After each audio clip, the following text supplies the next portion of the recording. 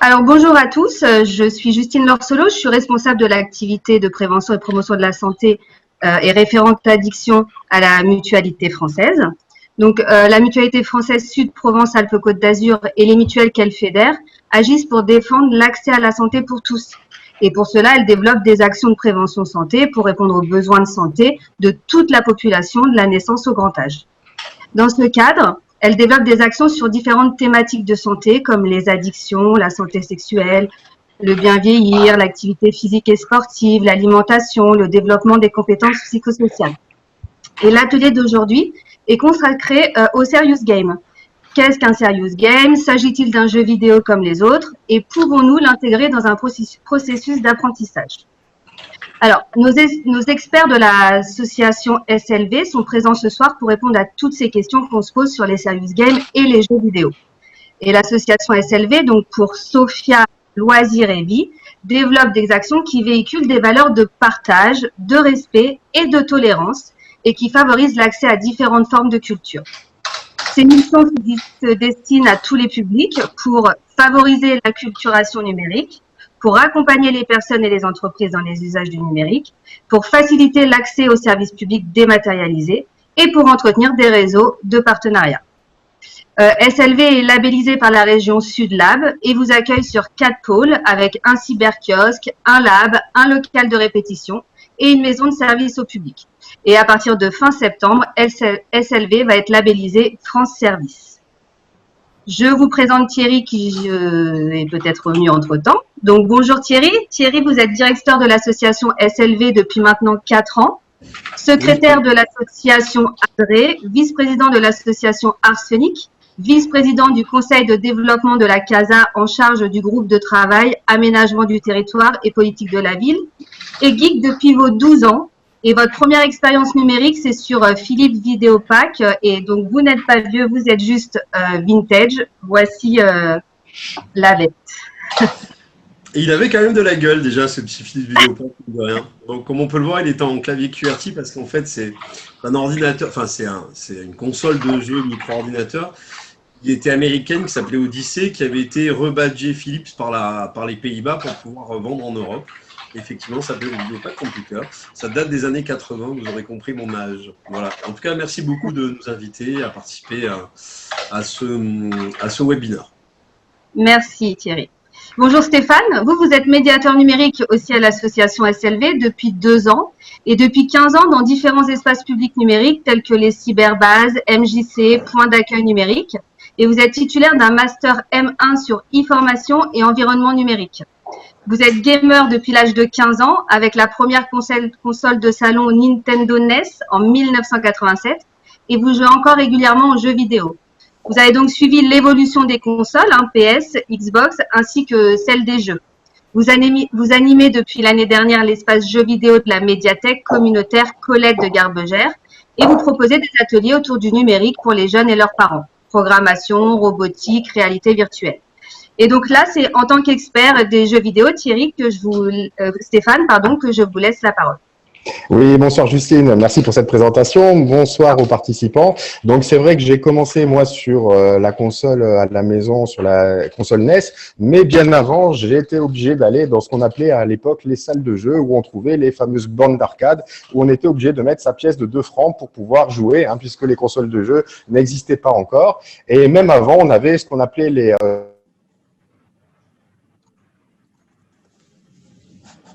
Il y a un problème avec votre micro. Excusez-moi. Voilà, c'est bon. J'avais également les petites consoles qui s'ouvraient en 2, qui s'appelaient les Game & Watch, où on avait les premiers Donkey Kong, par exemple, où on pouvait jouer, mais on pouvait installer qu'un seul jeu. Il n'y avait qu'un seul jeu dans ces consoles. Donc voilà, c'est vrai que je joue maintenant depuis un bon moment et je joue encore activement. Alors justement, Stéphane, pouvez-vous nous éclairer sur nous parler un peu plus des jeux vidéo ? Oui, bien sûr. Alors, le jeu vidéo, déjà, on va un peu définir ce que c'est. Le jeu vidéo, c'est quand on va utiliser un appareil. Donc, les appareils, ça va être soit une console, soit un ordinateur, un PC, et de plus en plus, un téléphone ou une tablette. Mais également, maintenant, ce qui se développe beaucoup, c'est les casques de réalité virtuelle, ces casques qu'on met sur les yeux et qui nous immergent encore plus dans le jeu vidéo. Et ces dispositifs, ils vont nous permettre d'arriver dans un univers virtuel. Et lorsque l'on va être dans cet univers virtuel, on va avoir des objectifs à accomplir. Alors, l'objectif basique à l'époque, quand on parlait des premiers Donkey Kong ou des Super Mario, pour ceux qui connaissent, c'était tout simplement d'aller sauver la princesse. Et évidemment, maintenant, les objectifs sont devenus de plus en plus ambitieux puisque les consoles ont évolué. Et maintenant, on va avoir dans un jeu vidéo des dizaines, plusieurs dizaines, voire 50 missions à accomplir pour pouvoir arriver à la fin du jeu.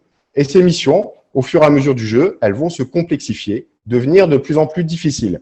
Pourquoi? Parce que tout simplement, on va commencer à prendre le jeu en main, on va commencer à voir les interactions qu'on va pouvoir faire avec la manette et on va devenir meilleur. Et donc, on va pouvoir s'exercer à recommencer encore les missions pour arriver à la fin du jeu.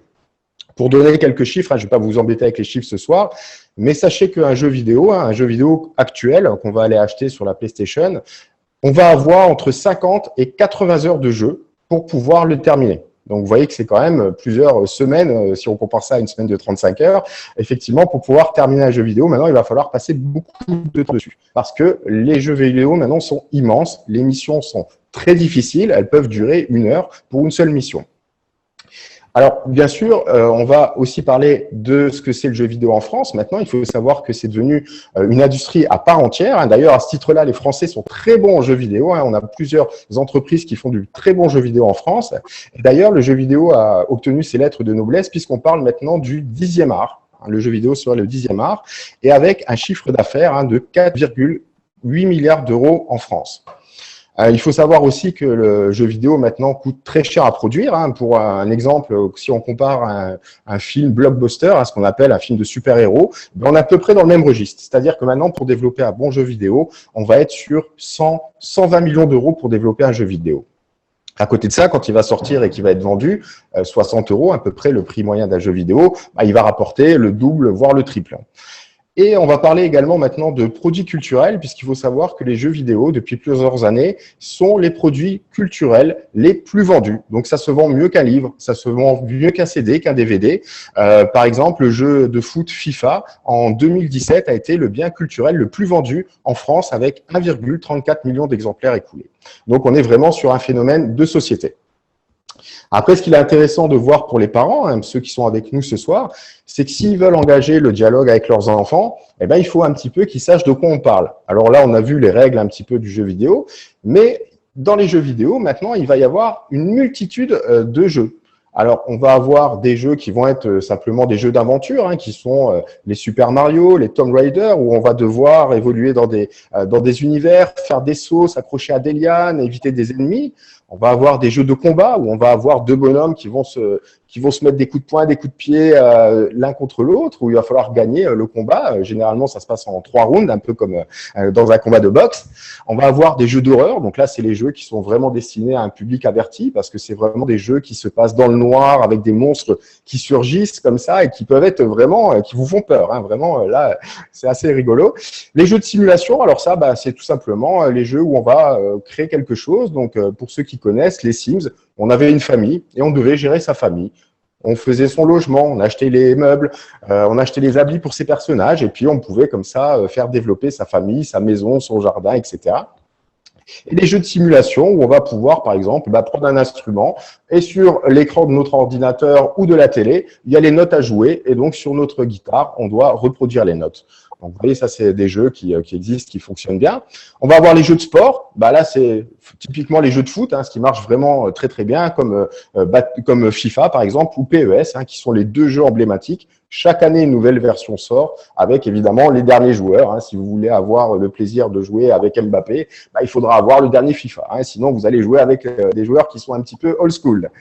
On va avoir des jeux de stratégie également. Donc là, c'est des jeux très complexes où il faut vraiment s'immerger dans l'univers. Il faut connaître les raccourcis du clavier. Ce sont des parties qui peuvent durer plusieurs heures, mais qui sont des jeux à part entière maintenant. Et dans certains pays comme la Corée, les e-sports, comme on appelle ça là-haut, on a des stars de ces jeux. Et lorsqu'ils vont pratiquer ces jeux-là, les finales sont retransmises dans des stades où il y a 50 000, 60 000 personnes qui viennent uniquement voir ça dans les stades. Et on va avoir des types de jeux également, les jeux de guerre, ce qu'on appelle les FPS, donc First Person Shooter, où là, en fait, vous voyez la mire de votre fusil, vous avancez dans un univers, dans la forêt, dans des bunkers, et puis vous avez des ennemis à tuer. Et vous avez en fait les jeux en réseau, ce qu'on appelle les MMORPG, hein, qui sont donc les jeux massifs en ligne, où là, on va être plusieurs personnes à jouer sur une même carte. Quand je dis plusieurs personnes, ça peut être plusieurs centaines, voire plusieurs milliers de personnes. Et notamment pour les parents qui connaissent le jeu Fortnite, bon, bah là, on est sur une carte en multijoueur, mais avec 100 joueurs. Donc, voici un peu les catégories des jeux. Il en existe d'autres, bien sûr, d'autres catégories, d'autres typologies, mais ceux-là, c'est ceux qui reviennent le plus et qu'on va trouver donc sur tous les supports, sur console et sur ordinateur. Voilà. Donc, effectivement, il y en a pour tous les goûts, du coup. Voilà, c'est pour ça que le jeu vidéo rassemble de plus en plus de personnes, de plus en plus de public, puisque chacun va pouvoir aller piocher et trouver le type de jeu qui lui plaît. Alors, bah, justement, est-ce que vous pouvez nous éclairer sur le profil des joueurs? Oui, bien sûr. Alors, le profil des joueurs, on va voir qu'il a vraiment, si on compare ça à il y a quelques années, il a vraiment évolué. C'est-à-dire que la moyenne d'âge a beaucoup augmenté. Hein. Avant, on était plus sur des jeunes, hein, sur des ados, on va dire. Et maintenant, on se rend compte qu'avec l'apport des jeux qui sont maintenant sur les tablettes et sur les téléphones, sur les smartphones, eh ben, l'âge a commencé à augmenter. Donc là, on est sur un âge moyen à peu près de 34. Moi, je dirais même qu'on est plus maintenant vers 37, 38 ans. Et on va avoir des gens qui jouent pratiquement tous les jours sur leur tablette, sur leur téléphone ou sur leur console. Et ce qui a aussi changé, c'est-à-dire qu'il y a beaucoup plus de femmes maintenant qui jouent aux jeux vidéo que dans le temps. Avant, on était vraiment que entre gars lorsqu'on faisait des parties de jeux vidéo. Et maintenant, les filles sont aussi là et elles sont aussi devenues très, très fortes en jeux vidéo. Donc ça, c'est vraiment une donnée très importante. C'est que maintenant, on est presque moitié-moitié hommes et femmes au niveau des profils des joueurs en France, hein, en tout cas. Hein. Et donc là, on voit que quand même, le jeu n'est plus réservé, je dirais, seulement aux jeunes. Peut-être que d'ailleurs, les participants peuvent nous donner un peu leur avis. C'est ce que j'allais faire. J'allais leur proposer de peut-être dans le chat de nous dire si ils jouent à des jeux vidéo et peut-être de mettre leur âge. Oui, ou une tranche d'âge, si on ne veut pas dire son âge, mais si oui, si on joue sur notre tablette, nos téléphones, peut-être que on peut comme ça cibler un peu notre public qu'on a ce soir. Voilà, en sachant qu'il peut y avoir aussi des profils qui vont jouer au téléphone parce qu'ils sont dans une salle d'attente en train d'attendre que le médecin les prenne. Et puis après, quand ils vont rentrer chez eux le soir, ben, ils vont allumer la console ou l'ordinateur et faire une partie également. Ça aussi, ça a changé. Avant, les gens, ils étaient spécifiquement sur soit l'ordinateur, soit sur une console de jeu. Et maintenant, on se rend compte qu'il y a une porosité, hein, puisque même les jeux commencent à être conçus de telle sorte, en fait, qu'on va passer du téléphone à la console, à l'ordinateur et en restant sur le même jeu. Là, vous nous avez parlé de 34 ans. On n'est pas en train d'augmenter justement cette tranche d'âge? Ah si, je pense que maintenant, effectivement, on va passer même vers plus 39 ans, 40 ans bientôt. Hein. Le jeu est en train de rattraper en fait tout le monde parce qu'il s'est démocratisé. Et effectivement, maintenant, tout le monde joue aux jeux vidéo. Hein. Très bien. Bon, bah, personne n'a. Le chat est bloqué. Enfin, moi, je peux pas aller dans le chat. Donc, je sais pas si c'est tout le monde. Mais moi, je peux pas y aller. En tous les cas, je joue aux jeux vidéo. D'accord, attendez, regardez. Ah, c'est bon? Est-ce que c'est bon maintenant? Dites-moi. Ah oui. C'est mieux là? Moi, je peux maintenant. Ouais. C'est bon, c'est débloqué. On va reprendre 2-3 minutes. On va laisser un peu tout le monde répondre à cette question. C'est débloqué, Jean-Michel. Oui, ça y est. Ah. Vous êtes nouveau avec nous. Je me disais, bah, dis donc, ils sont pas très cool, ils répondent pas. Mais si, en fait, vous essayez. Mais... Super. Ah ben voilà. Nous avons des gamers. Un peu en hiver. C'est vrai que la saison la saison est propice à ce genre de vidéos ludiques. Alors pourquoi? Pourquoi plus en hiver qu'en été? Pourquoi on serait plus tenté à aller sur les jeux vidéo en hiver qu'en été? Bah, surtout dans la région, quand c'est l'été, on a plus l'habitude d'être dehors, hein, tout simplement. Hein, mais c'est vrai que quand on est sur une terrasse, on peut se rendre compte qu'il y a quand même beaucoup de gens qui sont en train en train de faire leurs petits jeux sur le téléphone. Hein. Mais c'est vrai que on a plus tendance à s'enfermer et puis plutôt que de regarder la télé, ça c'est une évolution aussi. Hein. C'est-à-dire qu'avant on était sur un média fixe où on n'avait pas d'interaction et maintenant les gens se rendent compte que effectivement ils préfèrent des fois un peu jouer et avoir une interaction dans un jeu vidéo plutôt que de regarder passivement un écran. Effectivement, la télé étant un numérique passif. Tout à fait. Très bien. Ah, voilà, donc là, on a des gens, hein, effectivement, je vois le chat, donc ils jouent à Candy Crush, des jeux comme ça qui sont effectivement, donc, qui ont été créés spécifiquement pour pouvoir être joués sur les tablettes ou sur les smartphones. Bah, je n'ai pas accès. Ah, voilà. Je n'ai pas accès à tout le chat. Bon. Est-ce que tu as des retours à faire par rapport aux commentaires dans le chat? Je vois une personne qui me dit qu'elle ne joue pas, mais le mari et les enfants, oui. Donc, j'aimerais savoir si le mari et les enfants jouent ensemble ou s'ils jouent séparés, en fait, pour la personne. Très bonne question. Marie, si vous voulez répondre, s'il vous plaît. On joue ensemble. Très bien, bah, c'est super. Hein. C'est vraiment très bien alors. Hein, puisque c'est vrai que c'est vraiment la bonne façon de l'aborder. Hein, quand on va pouvoir partager le jeu vidéo avec les enfants, et ça fait une expérience très forte en famille de pouvoir réussir à débloquer des niveaux ensemble, à pouvoir avancer, à pouvoir construire quelque chose dans un jeu vidéo avec les parents et les enfants. Moi, je trouve ça vraiment très, très sympa. Vu qu'il a que 6 ans pour l'instant, on joue seulement aux jeux de voiture de destruction.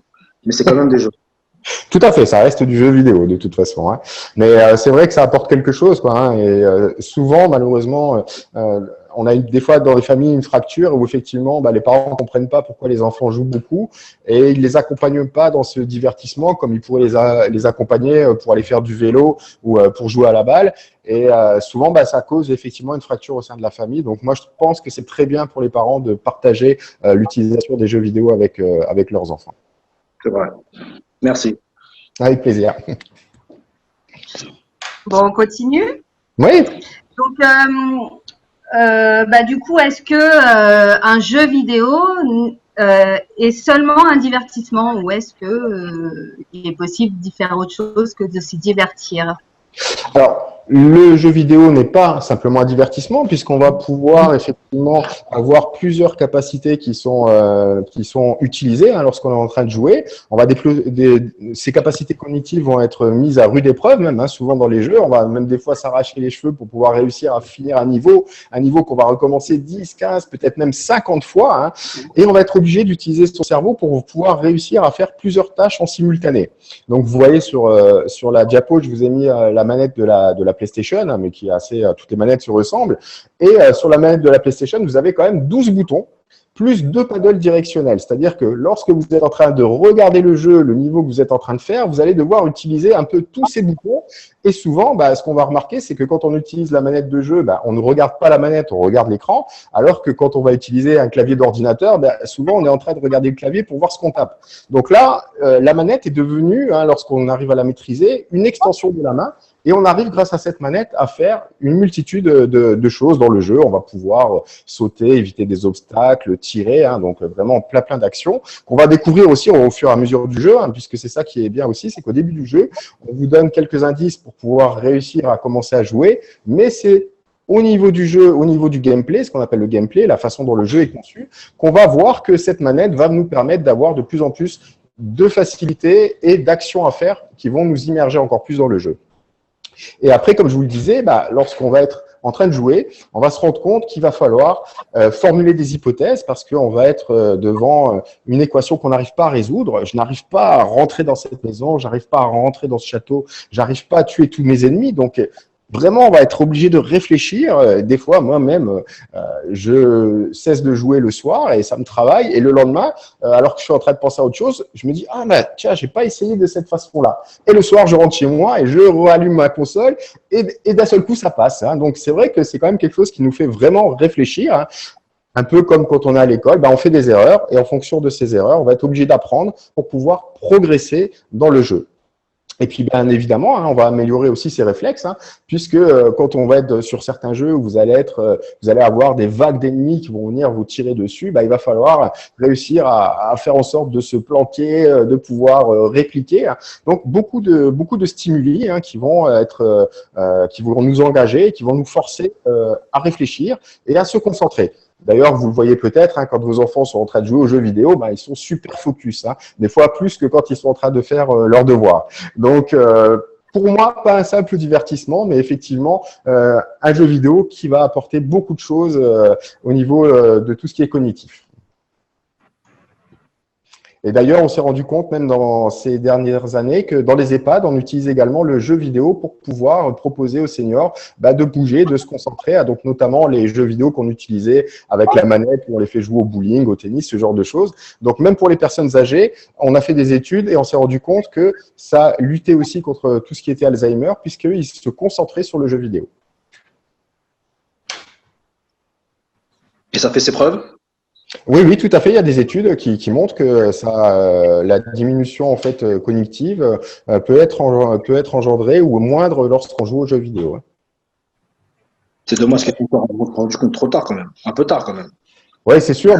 C'est vrai que au début, on s'est pas dit que les personnes, les seniors, allaient être intéressés par les jeux vidéo, mais on se rend compte que quand on leur met une console à disposition, si on leur explique bien comment fonctionne le jeu et si on je dirais dédramatise la situation, mais si on leur explique bien et qu'ils se prennent au jeu, et après ils adorent jouer aussi, comme tout le monde en fait.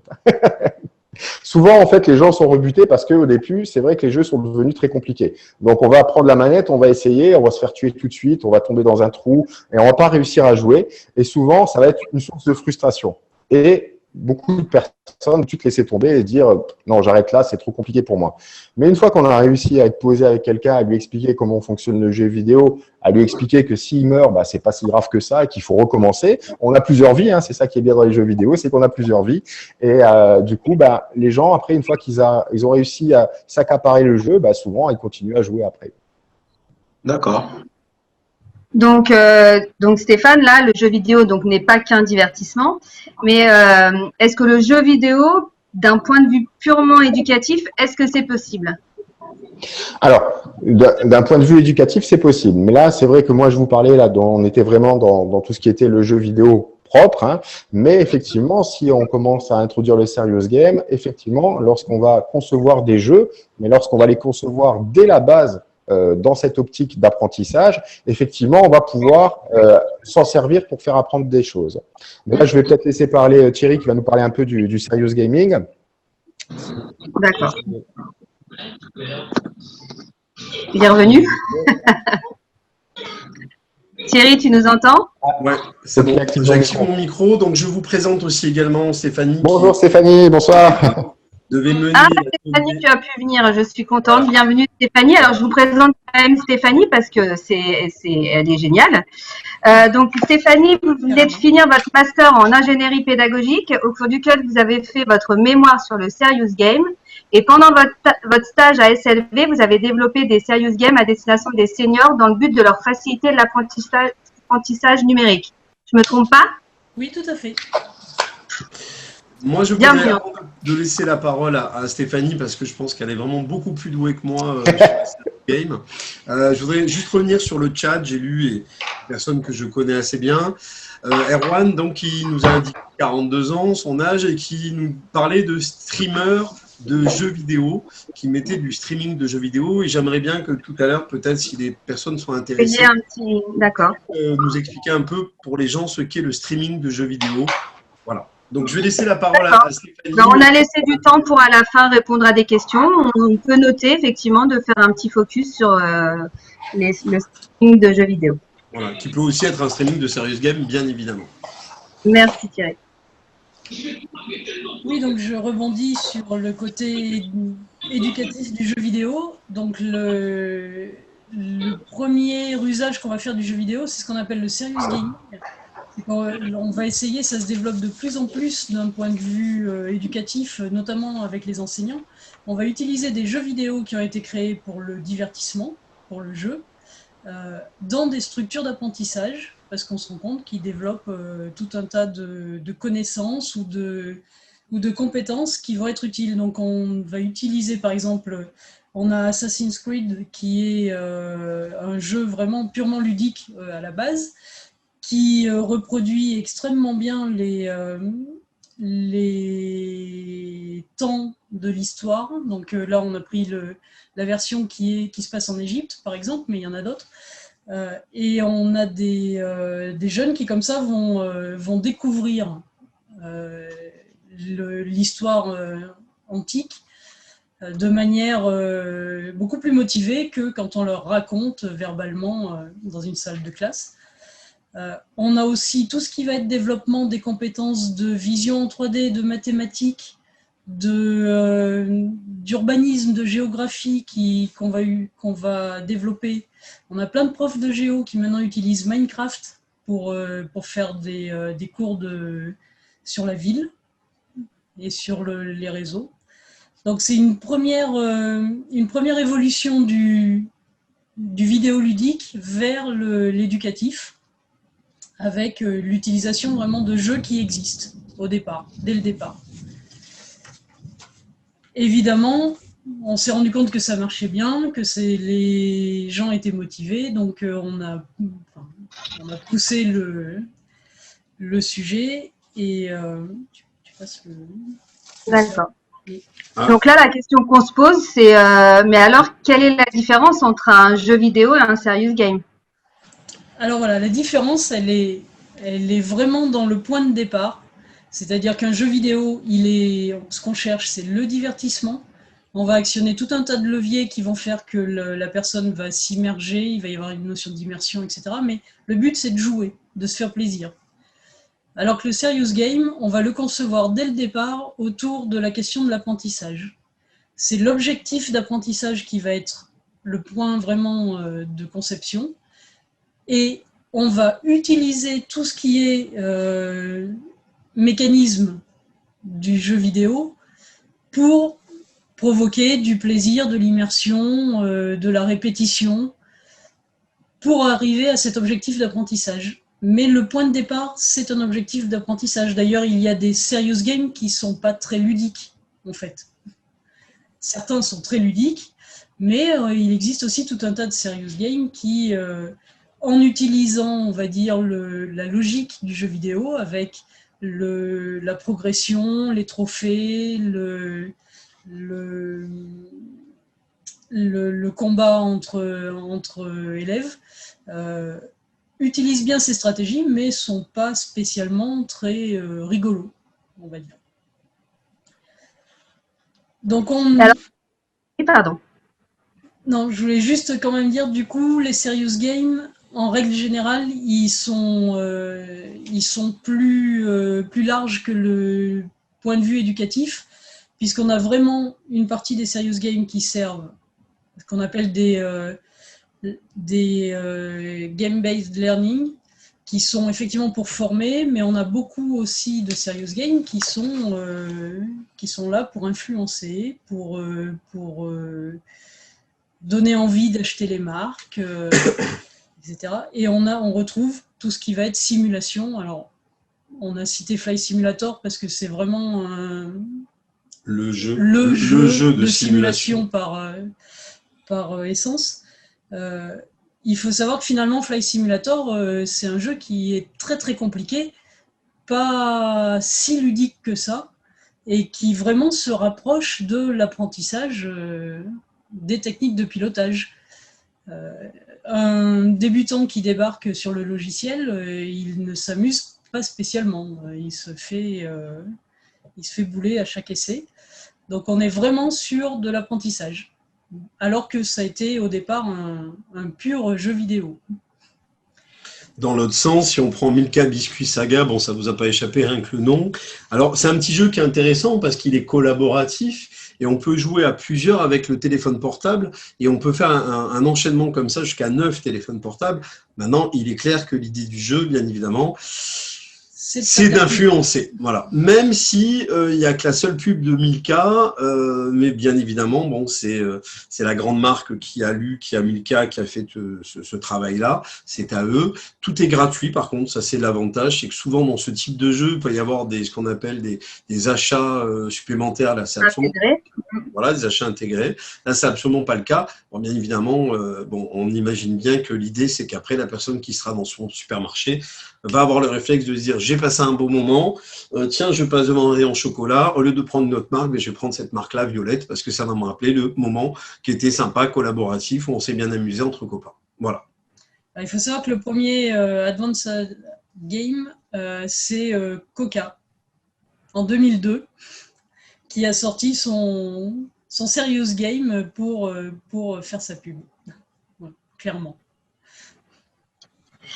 Quels sont les avantages du vidéoludique pour apprendre, du coup? Alors, les avantages, ça va être dans le... Alors, on va dire, déjà, on va revenir un peu sur les mécanismes, parce que les mécanismes qu'on retrouve à la fois dans le jeu vidéo et dans le serious game, ce sont les mêmes, sont ceux qui vont faire que ça marche. C'est le challenge, clairement. La notion de challenge, la notion de défi, soit contre soi-même, soit contre les copains,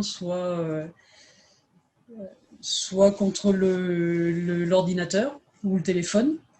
Donc, ça va apporter cette notion de challenge, en fait, c'est ce que tous les pédagogues là, en ce moment cherchent à retrouver parce qu'on s'est rendu compte que ça favorise ce qu'on appelle le flow, c'est-à-dire vraiment un espèce d'état dans lequel on a plaisir à jouer, mais dans lequel aussi on perd la notion du temps. Quand vous faites quelque chose que vous adorez, que vous y passez la journée, que tout d'un coup vous vous rendez compte que vous n'avez pas vu le temps passer, vous vous êtes fait plaisir. Donc c'est ce qu'on appelle le flow, et c'est ce qu'on va chercher au travers du challenge. Donc il faut que le challenge y soit suffisamment difficile pour accrocher, pour que vraiment il y ait un intérêt, mais pas trop non plus, parce que si vous vous heurtez systématiquement à quelque chose de trop difficile, vous vous découragez et vous laissez tomber. Du coup, il faut trouver ce juste milieu, et c'est dans les jeux vidéo comme dans les serious games, c'est le point qui derrière fait que si vous arrivez à ce plaisir-là, la personne revient, continue, recommence, et donc progresse énormément et apprend énormément. Du coup, on va mettre ça dans un univers fantaisiste, donc il y a l'histoire ensuite, qui a son importance, tout le storytelling que vous allez faire autour du jeu ou du serious game, afin à la fois d'éveiller la curiosité et d'avoir un scénario qui se tient, parce que sinon, évidemment, on se lasse aussi très très vite.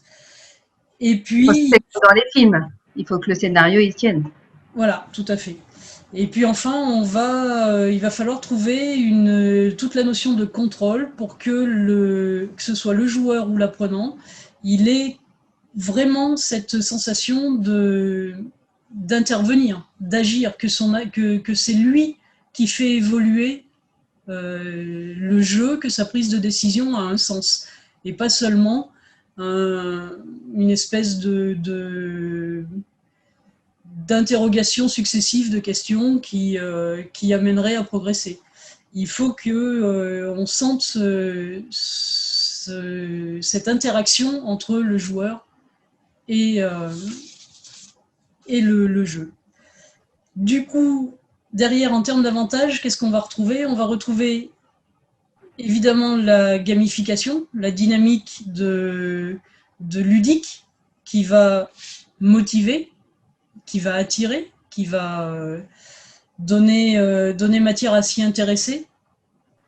C'est sûr que quand vous évoluez en 3D dans les pyramides d'Égypte qui ont été reconstituées et que vous avez quelques challenges à faire dedans, c'est plus intéressant que de recopier le cours au tableau. C'est indéniable. Et vous allez forcément, du coup, garder des images en tête et mieux mémoriser parce que vous aurez eu ce côté ludique, immersif. Donc il y a l'immersion qui intervient. C'est les grands avantages du serious game sur d'autres pédagogies. Et un autre avantage qui est, mais alors fondamental, c'est le feedback. C'est-à-dire que quand vous êtes dans une démarche d'apprentissage, on va dire, plus classique, vous apprenez des choses, et puis je vais dire peut-être par exemple plus pour les jeunes, mais au bout d'un certain temps, vous avez un contrôle de connaissance ou de compréhension qui fait que vous vous rendez compte que vous aviez compris ou pas. C'est relativement loin dans le temps, ça ne vous incline pas à revenir en arrière. Sur du serious game, le feedback, vous l'avez tout de suite. Vous avez réussi l'épreuve ou vous n'avez pas réussi, vous le savez. Si vous avez réussi, vous avez une motivation supplémentaire. Si vous n'avez pas réussi, c'est tout l'enjeu du serious game que de vous donner envie de recommencer et de comprendre, de dénouer l'intrigue pour pouvoir trouver comment progresser. Alors, j'ai une question. de Yannick qui demande c'est quoi un feedback? Alors, le feedback, c'est en fait le retour que vous avez. Alors, tout le monde va comprendre, à l'école, c'est la note. Hein. C'est la note qui correspond à la compétence que vous aviez.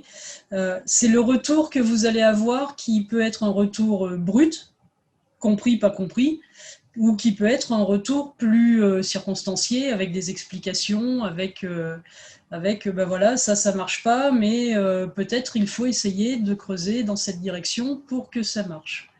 Donc c'est le fait que la machine va renvoyer tout de suite si vous avez réussi votre action ou si vous ne l'avez pas réussi. Et enfin... Est-ce que Yannick a compris? C'est bon? Il a pas je pense qu'il a. En tout cas, moi j'ai compris. Donc, si moi je comprends, je pense que les autres. Voilà. Et donc, je vais dire le dernier avantage. Il a compris, c'est bon. Merci. Et je dirais, il y a plein d'autres petits avantages, mais je dirais le troisième avantage fondamental, c'est d'être acteur de son apprentissage. Là, clairement, alors il n'y a pas que le Serious Game qui permet d'être acteur de son apprentissage, hein, bien sûr. Mais c'est un des avantages du jeu vidéo et du Serious Game, c'est que vous êtes dans l'action, et quand vous êtes dans l'action, vous enregistrez mieux, vous vous impliquez mieux que quand vous êtes passif à recevoir une information. Si je peux me permettre, nous étions il y a 2 jours déjà avec Vanessa Lalo, donc spécialiste et psychologue clinicienne, et qui disait que malheureusement, l'écran le plus affreux, c'est finalement simplement l'écran de télévision qui est l'écran le plus passif. Voilà. On en parlait tout à l'heure, effectivement, Thierry. Tu as raison. Du coup, Stéphane, est-ce que tu aurais quelques conseils généraux à destination des parents à nous donner pour éviter les excès? Alors, déjà, effectivement, on pourrait revenir peut-être un peu sur la classification des jeux vidéo par rapport à la norme PEGI, hein, donc qui est maintenant utilisée dans 30 pays en Europe, qui existe maintenant depuis 2003. Donc, vous retrouvez cette signalétique qui doit être apposée sur tous les boîtiers des jeux que vous avez achetés dans le commerce et qui va informer, hein, donc c'est vraiment à titre informatif, sur ce qu'on va trouver dans le jeu vidéo. Donc, je ne vais pas trop m'intéresser plutôt aux âges parce que vous voyez qu'on a des jeux 3, 7, 12, 16, 18 ans. Mais ça, je dirais que c'est aussi en fonction de votre enfant. Hein. Est-ce qu'il est évolué ou pas? Parce que vous voyez qu'entre 7 et 12 ans, on a quand même… c'est large. Ouais, voilà, mon enfant, il a 10 ans. Est-ce que je le fais juste jouer à des jeux de 7 ans ou est-ce que je peux lui faire jouer à des jeux de 12 ans?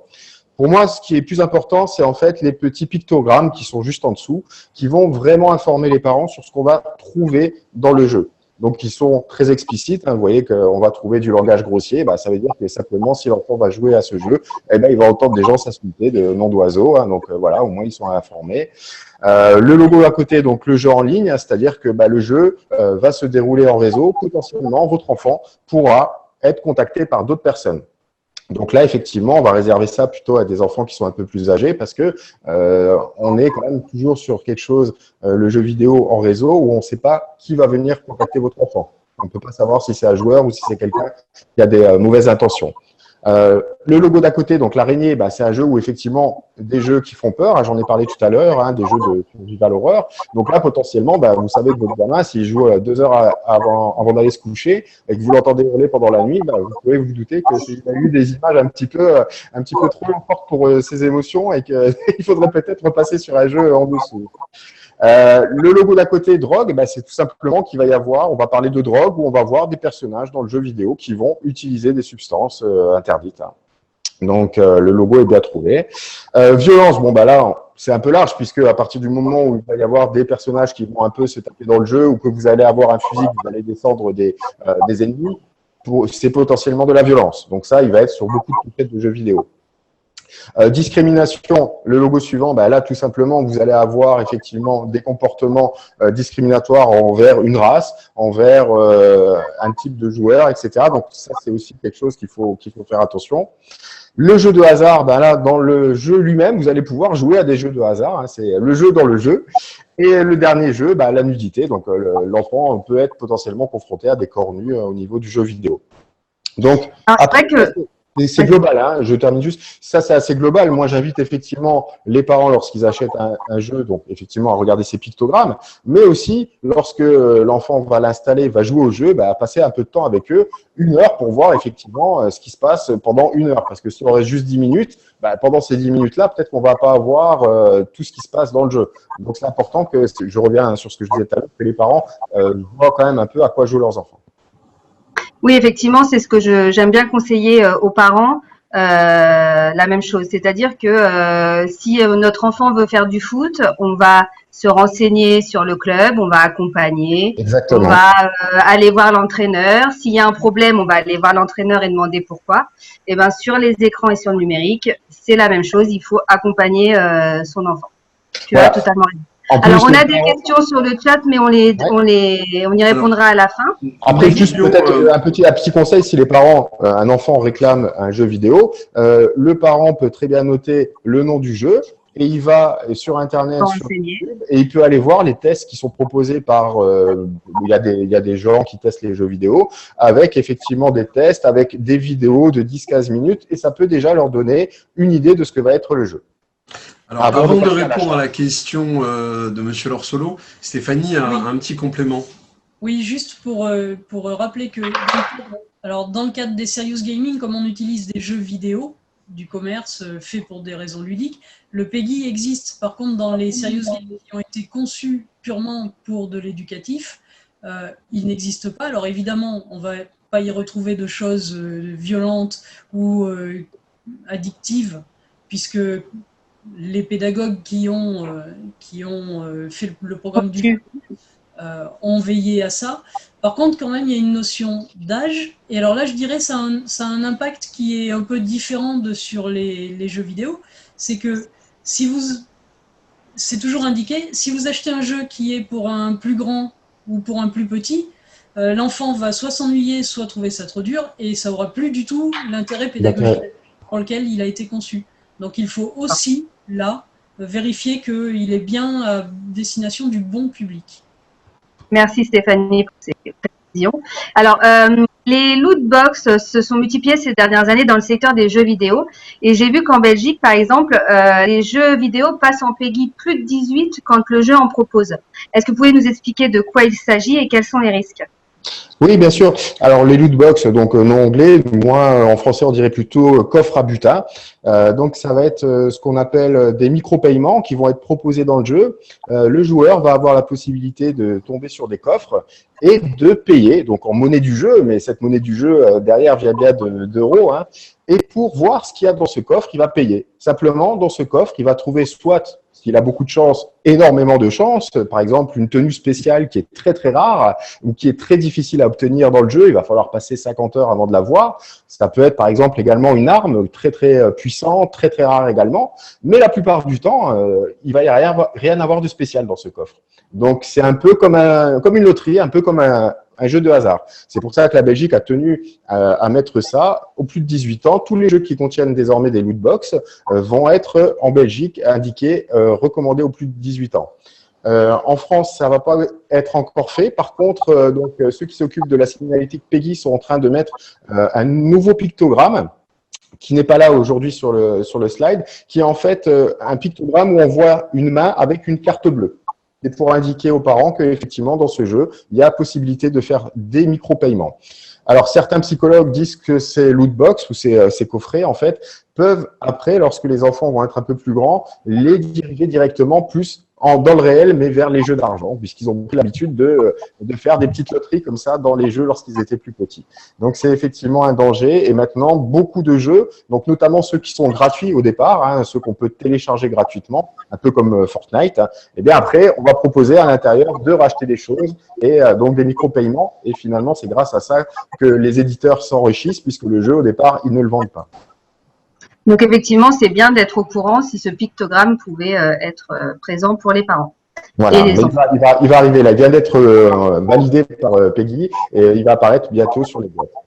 D'accord.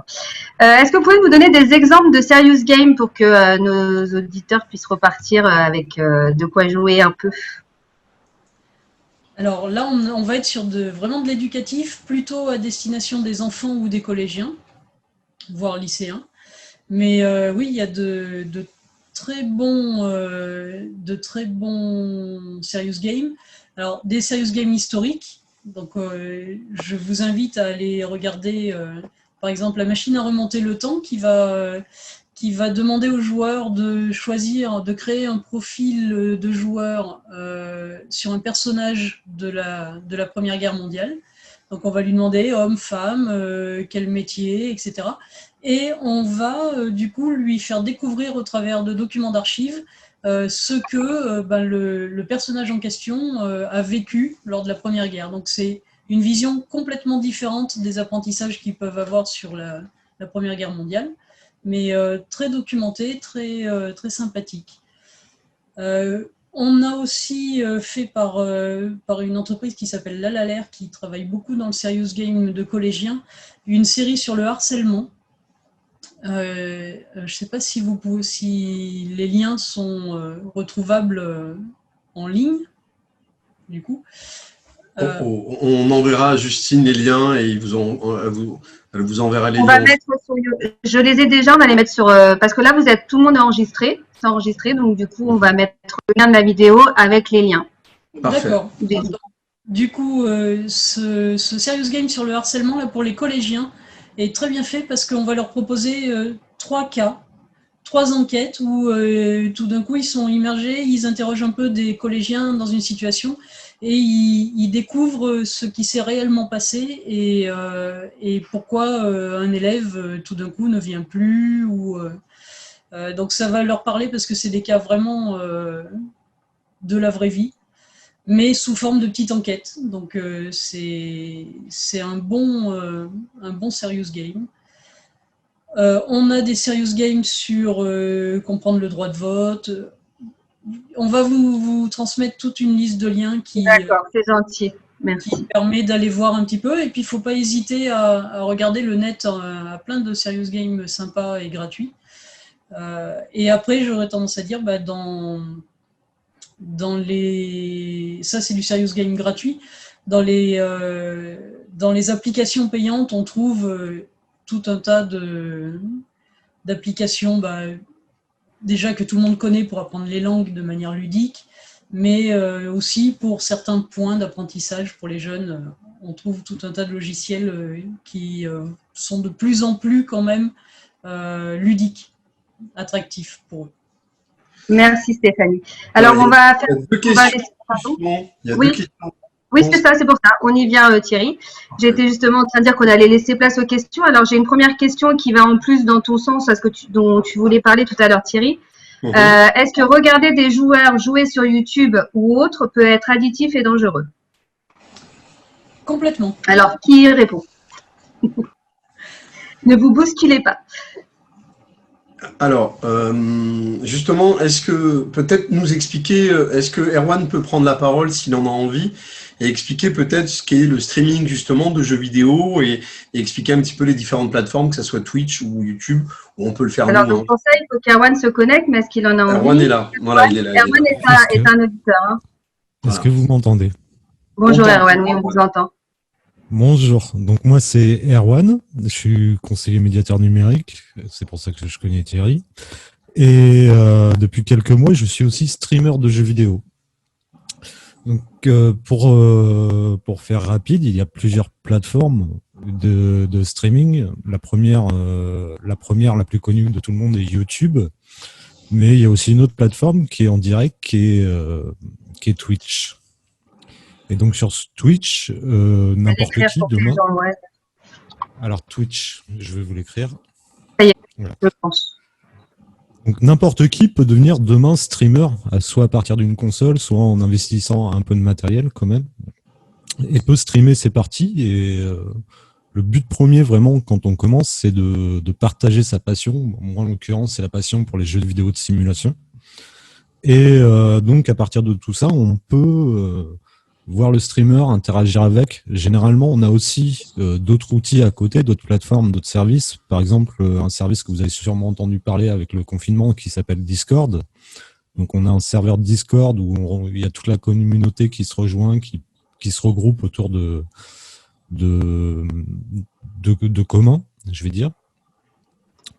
Donc voilà. Si vous avez des questions, je sais pas. Et donc, du coup, je ne sais pas qui répond, Thierry, à la question, Alors, c'est est-ce que du coup, ça peut être addictif et dangereux? alors, je vais répondre en partie. Clairement, oui. Alors, évidemment, ça dépend de l'âge de l'enfant. Il faut savoir que bon nombre de jeunes collégiens, quand ils commencent à arriver à 12-13 ans, et qui, par exemple, parfois ont des parents qui disent attention, je ne veux pas que tu joues au jeu plus de 1 heure ce soir. Donc, ils jouent 1 heure, ils s'arrêtent. Et et puis, si on fait pas attention, le soir dans leur lit, le téléphone, c'est pratique, c'est petit, ça passe bien sous la couette, et ils passent la nuit à regarder les youtubeurs qui jouent à ce jeu-là, pour le lendemain pouvoir discuter avec les copains en ayant un niveau de connaissance du jeu et des aspects qui leur permet de se mettre un peu en avant, puisqu'on est à l'âge où c'est important. Et ça, ils deviennent réellement addictifs et certains jeunes ados, alors il y a aussi des grands, mais ça démarre vraiment avec, on va dire, CM2, entre CM2 et 5e. Certains ados finissent par passer les 2 tiers de la nuit à regarder les youtubeurs jouer à leur jeu de prédilection. Donc ça peut devenir complètement addictif, oui. Alors, pour être un tout petit peu moins... Nuancé. Voilà, l'idée de Twitch et de YouTube et de ce type de plateforme, c'est aussi d'une certaine manière une forme d'apprentissage du gaming, parce qu'il y a le côté effectivement où on va voir les niveaux qui nous attendent, et on va aussi effectivement, au lieu de passer 1 heure à jouer, 2 heures à jouer, on va regarder les mécanismes du jeu et comprendre les mécanismes du jeu. Et le lendemain matin ou pendant le week-end, on saura en fait la difficulté supplémentaire qu'il y a à faire. Voilà.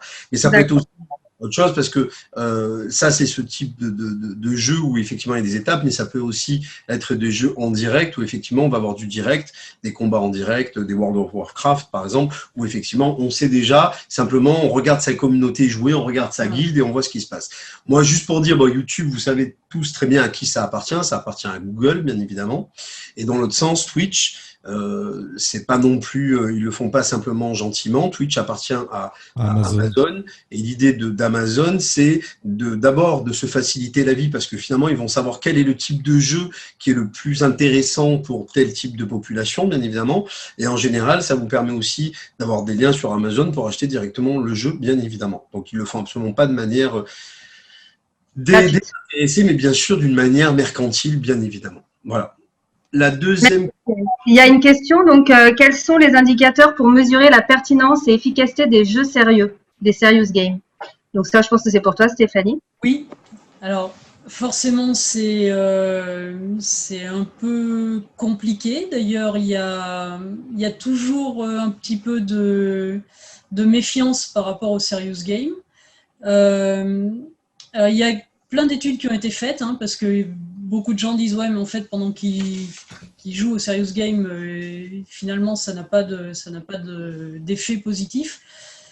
Alors à comparer dans des études scientifiques des populations qu'on a notamment de lycéens à qui on a fait un enseignement serious game, un enseignement classique. Il se trouve qu'en termes de niveau acquis, suivant les sujets, la différence n'est pas toujours frappante, on va dire. Ils arrivent à peu près dans les mêmes niveaux. Il y a 2% d'écart pour les serious games.